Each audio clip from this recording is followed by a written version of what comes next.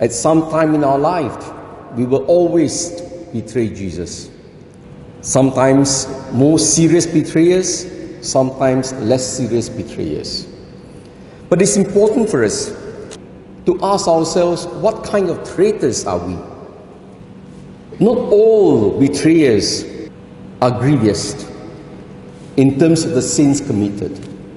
It depends on why we betray our Lord and how we do it.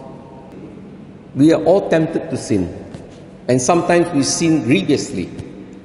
But the problem is, when the devil tempts us to sin, he also tries to stir up our pride. When we sin, the devil will remind us that we are useless, we are great sinners, no one can forgive you, even God cannot forgive you.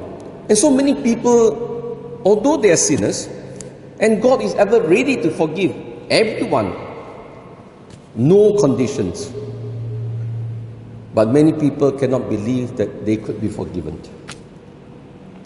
Many people could not believe that their brothers and sisters could forgive them, and neither God. And so they cannot forgive themselves.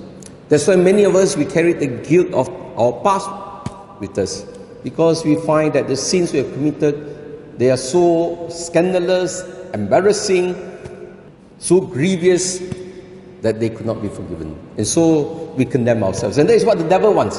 Actually, the devil is not interested to lead us to sin. Leading us to sin is in order that we end up condemning ourselves. Because even if the devil has led us to sin, and we ask Jesus for pardon, the devil still has failed in his mission. It is only when we are defeated, not by sin, we are defeated by self-condemnation. That is what the devil wants, to condemn ourselves, to take our own lives, and destroy us completely. That is why we have to make a distinction between reactive sin and deliberate sin. Deliberate sins are the real sins that are considered serious or mortal. Reactive sins are sins actually that comes from more of weakness, our fear. Most of the time, we fall into sin not because we planned it, but because at the moment of weakness. And so what do? We should be open for forgiveness. Even own sinfulness, they can be saving grace.